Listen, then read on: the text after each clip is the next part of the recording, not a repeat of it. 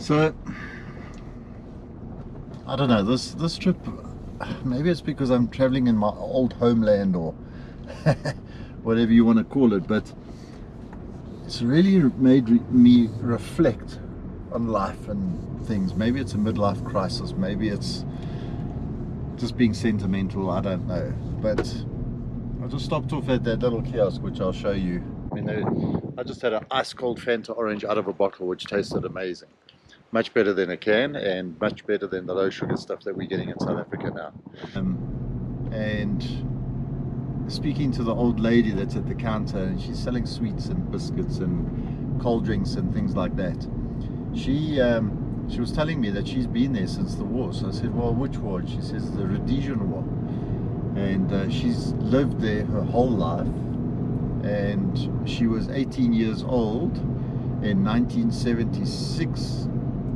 And the terrorists actually raped the poor woman, you know, and she had to have her womb taken out. And she told me this whole long story about her life and how, because she can't have children, you know, the men don't want to marry her, and so she's lived her life alone, and they kind of, it's disgusting, they kind of think she's dirty and she can't be touched, and her brothers were killed in the war and she's only got her mother left. You know, it's really sad. And she's sitting in this little kiosk and she's still got a smile, and she still greets you with, oh, I gotta watch out, there's cows. She still greets you with this big smile and is friendly, considering everything that she's been through. It's actually such a shame. And it's just so impressive that her spirit has not been killed after all of this. So stop off and speak to people in these little kiosks, and it really makes you sort of realize how lucky you are. Stop off, have a cold drink, you know, spend a little money. I mean, I had a cold drink, I bought a loaf of bread and a packet of biscuits because I felt I had to buy something. I actually stopped off just to get something to drink, to be honest, and just to stretch the legs. But ended up buying a loaf of bread and some biscuits because there was nothing apart from 3 boxes of cigarettes on the shelf and a couple of other little small bits and pieces. But you know, I think it came to like 42 rand, and she takes any currency, rands or dollars or the Zim dollar, whatever it is. And so I gave her 50 rand, and she says, oh, thank you so much and everything. I told her to keep the change. I mean, really, it was like 6 rand something or 7 rand something that changed. And it kind of changed her whole day, it seems, because now she's like uplifted and happy and smiling, and you know, somebody stopped and supported her little shop. So support these shops. Sometimes you can make a little change in someone's day for the better.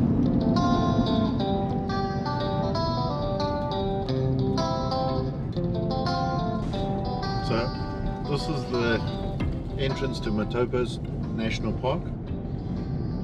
And last time I was here was with my wife Elmarie, before our daughters were born.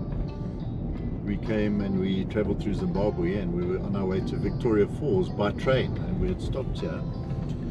And one of my father's salespeople was asked to pick us up and entertain us for the day while we were waiting for the second leg of the train journey to Victoria Falls. It was such an adventure. Here we got some baboons in the road. So it's probably been about 28 years since I've been here.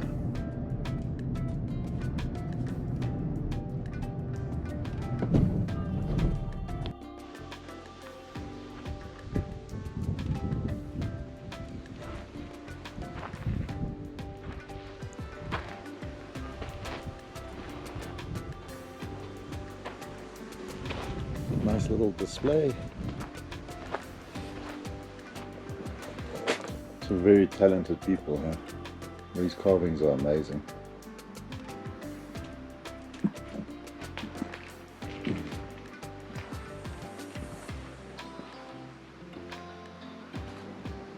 Shame, man.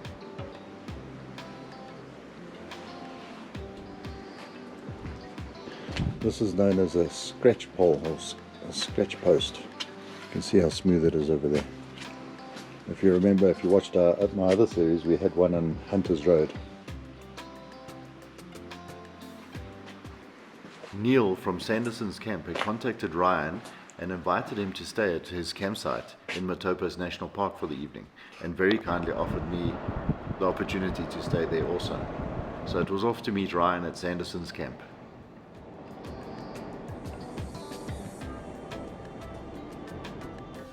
We're staying now at Sanderson's camp. Neil's got about 4 or 5 different setups, and they're very unique, totally different, and a really good eye and attention to detail. It's got like a very steampunk and olden type feel with modern. It's very strange, but I really like it because I've never seen a campsite quite like it. Last night Bruce and I were shacked up in the I don't know what that is, but it's a really nice vehicle, and we're quite cozy. So at the moment... No, we weren't that cozy, come on. We were very Don't give cozy. the wrong impression. No, we weren't cozy. Were you not cozy? No, we weren't that cozy. We weren't that cozy, but we were warm. Yeah, so he caters at the moment to larger groups, mainly school kids coming in to learn about Matopos, the area, the culture, the history of the place, and so hence Rowan Adventure Park. He's got big plans and some really cool ideas, and going forward in the future he'll be looking at bringing in overlanding tours at a minimum of 5 vehicles to gain entry. So I mean, the views, he's right next to the Mudsey Hill, and yeah, it's just like, it's just different. So, but geez, Bruce, my man, let me have my coffee. After Ryan had his coffee, we decided to go and do some exploring around the park. I was a little confused about the correct name for Motobo National Park. Just to clarify, Motobo with a B is the national park's name, and it forms part of the Matopos Hills. When you visit Motobo National Park, you can also visit Cecil John Rhodes's grave, as well as the Moth Shrine. Moth, which stands for Memorable Order of the Tin Hats, is an organization that was established in 1927 by Charles Alfred Everton, a British cartoonist who had settled in Durban, South Africa. At the going down of the sun and in the morning, we will remember them. These shrines are built in honor of those that served and lost their lives in World War I and World War II. You know, wars have never made any sense to me. A bunch of politicians can't agree on something, and then people have to die for it. On this hallowed ground, we honor the memory of those who fell during the Great Wars, 1914, 1918, 1939 to 1945. This shrine was dedicated to the fallen on the 6th of March 1947. So World War I and World War II. The fallen will remember them. Beneath this plaque, next of kin deposited relics of those who gave their lives in the war, erected as a token of sound memory to fallen comrades by Moth, Easter 1947. Oh, it's amazing. Kind of like a little time capsule.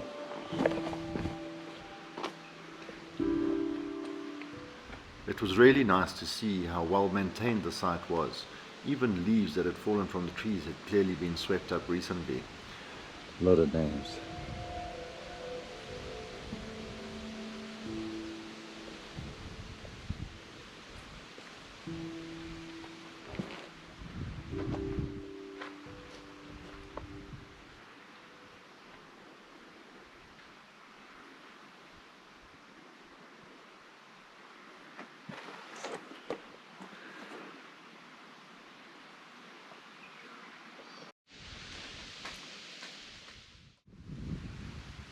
Amazing. The national park is the oldest in Zimbabwe and was established in 1926 as the Rhodes Matopos National Park. The original park borders extended well to the south and east of the current park. These areas were redesignated for settlement as part of the compromise between the colonial authorities and the local people, creating the Kumalo and Motobo communal lands. The park area then increased with the acquisition of World's View and Hazelside Farms to the north. The Motobo Hills were designated as a UNESCO World Heritage Site in 2003.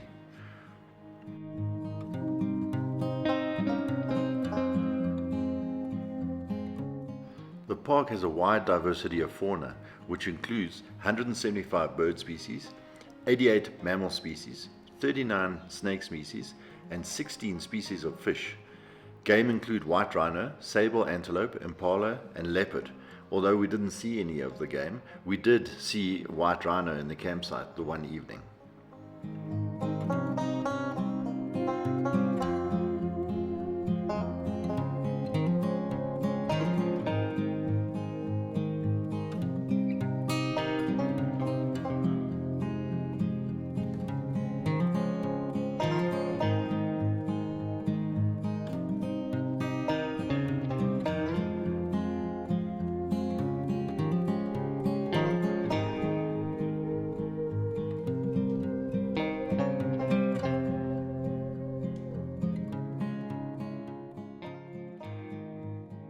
Okay, so I'm on Malema Dam Wall now.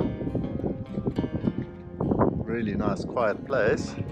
Unfortunately, some people made some graffiti there, but that will disappear soon.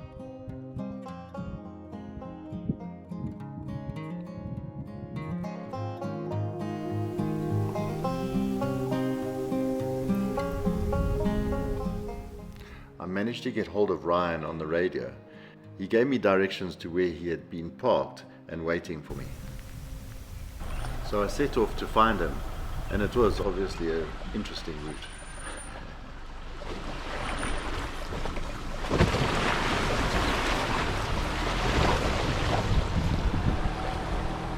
So when we were at Minor Pools, I showed you how good this GPS is in the new Defender. And look, I would never do without Tracks for Africa, but it is so nice that an OEM GPS is actually able to track roads like this. I mean, look at this road in front of me, and it's on the GPS. I see it's flashing. Sorry, I don't know how to change that, but you can see the road is clearly marked on the GPS, and then obviously Tracks for Africa. So it's really nice to have two different GPSs just to double check your route.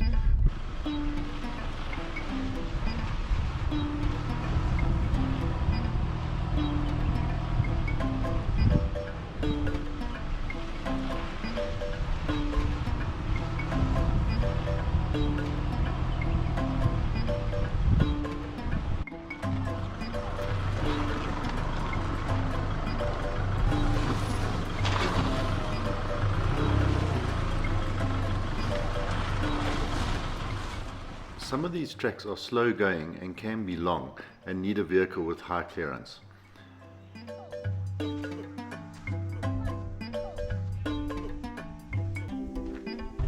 Okay, this is a track to some sort of cave. It doesn't look like it's been used very much. But how's this road? It's quite overgrown.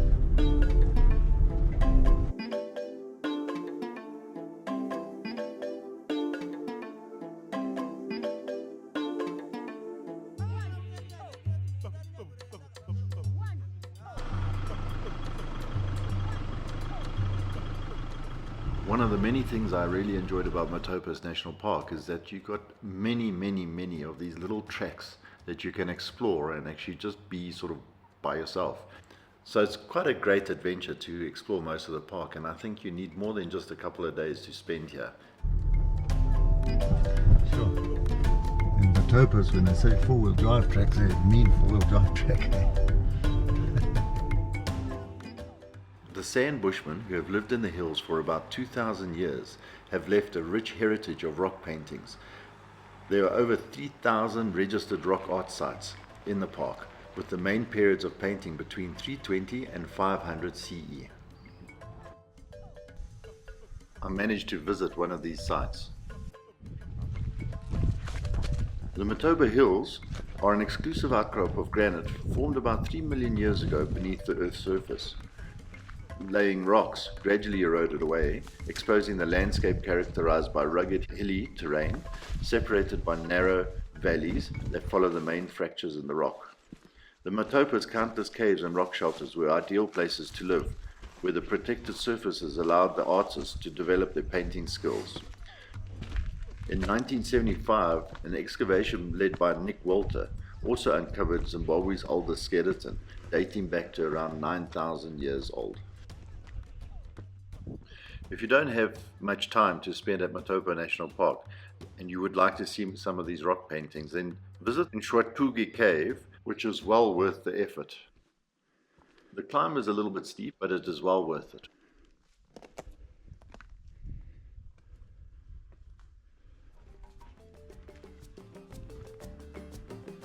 Wow, that's quite amazing.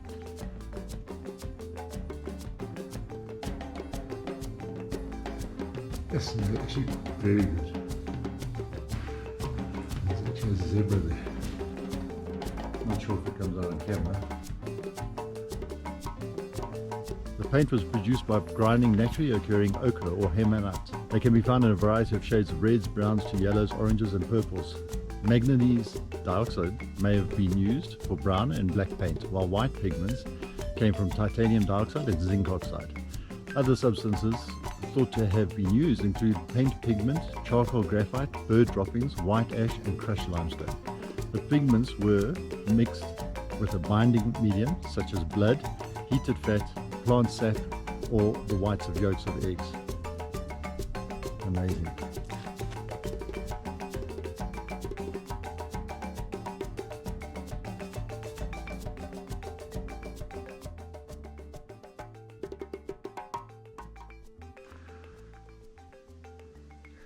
The camera always flattens this out, but it's as steep as a flight of stairs. I think they're normally 45 degrees more or less.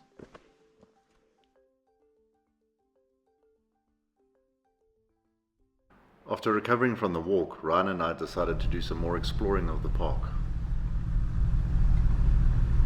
It's actually rock, so there's no risk of sliding or slipping in sand or ruts. Concrete is good. Push the drop off. Okay, copy that. Okay, this is where you got to be careful, no matter what car you drive, about damaging wheels. So you just take it slow and easy. I'm going to select the cameras. Okay, there's what the cameras do. So you can see where the wheels are. And underneath, there we go. That's better.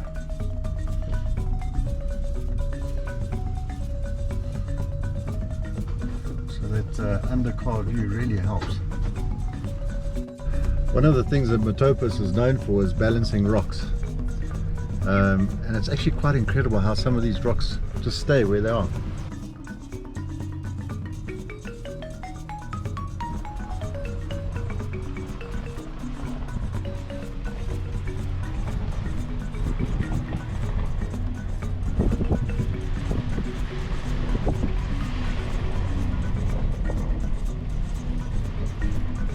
Here's another example of how the rocks are balancing on top of each other. And if you look at the two big rocks, the one is like a shape of a chair.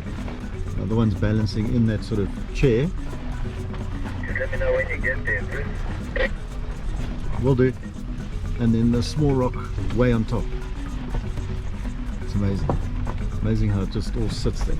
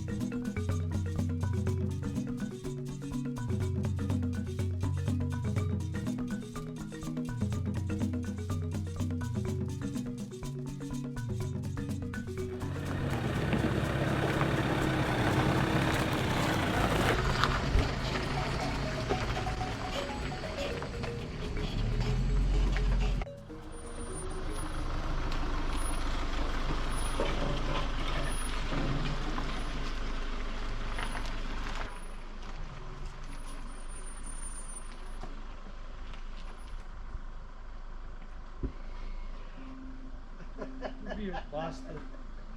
You get a flight foot? Yeah, good. Okay. You're working hard there, Bruce. Yeah, but who needs gym? Just start a YouTube channel.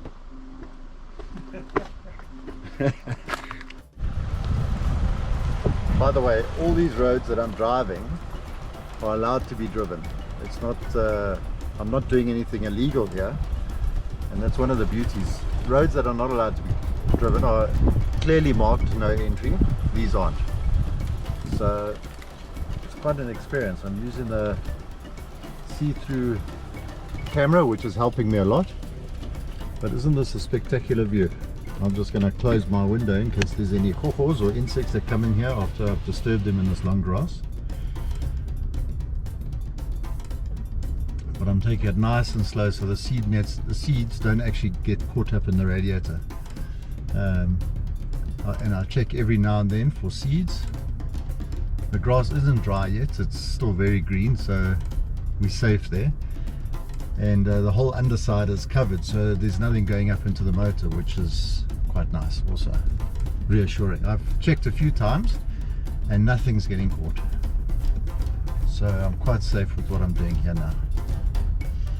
But it's absolutely awesome, this Matopos. I mean, these rock formations are incredible. So I wanted to give you an idea on how tall this grass is. Now remember, I'm 197, or don't have to remember, I am 197. So some of it's over 2 meters tall. Fairly tall, eh? And if you look at the landy, you can see how tall it is next to the landy.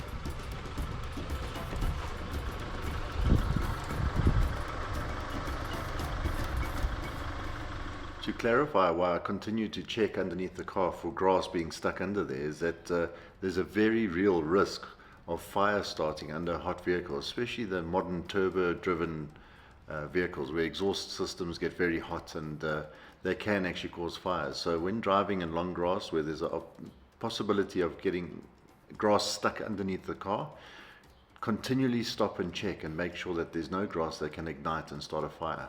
It's the last thing you want.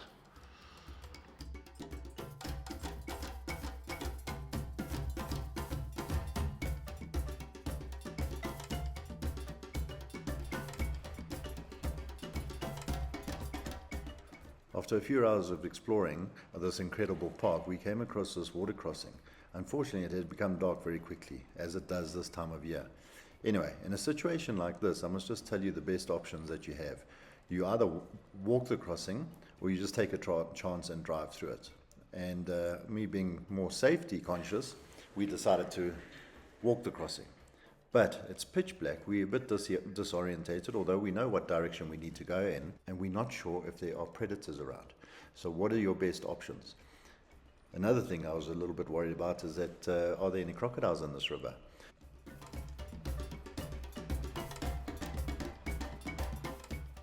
So the best option in a case like this is to send your mate in. Thanks, Ryan. Appreciate you walking the water. I know it was cold, but safety first, you know what they say.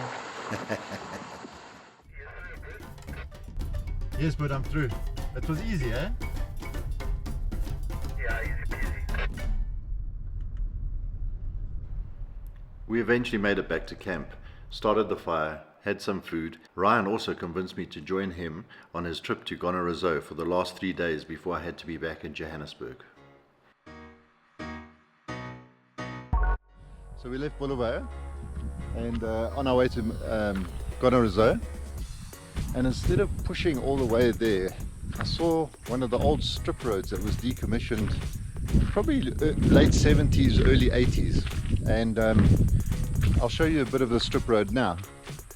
But I said to Ryan, follow me, trust me, I know what I'm doing, which I actually don't. But we've ended up having a nice little stop on this bridge, which you can see behind me.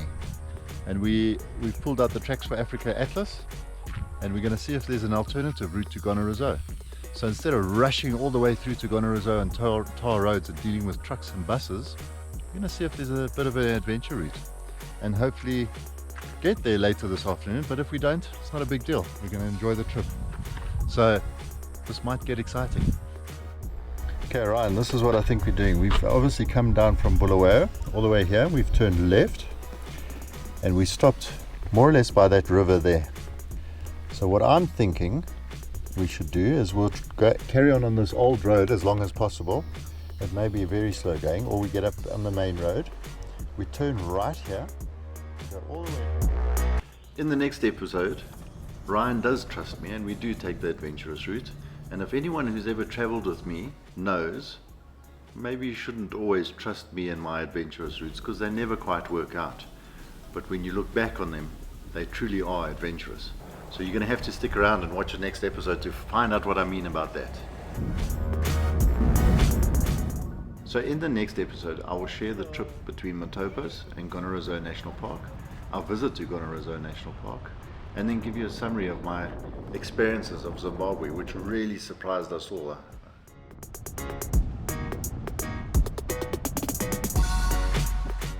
I'd also like to thank Ryan from 4x4 Ventures for providing extra footage to make this episode possible and for inviting me on this trip. I'd also like to thank Ryan for trying to teach an old sea dog new tricks. Until next time, thanks for watching. Cheers.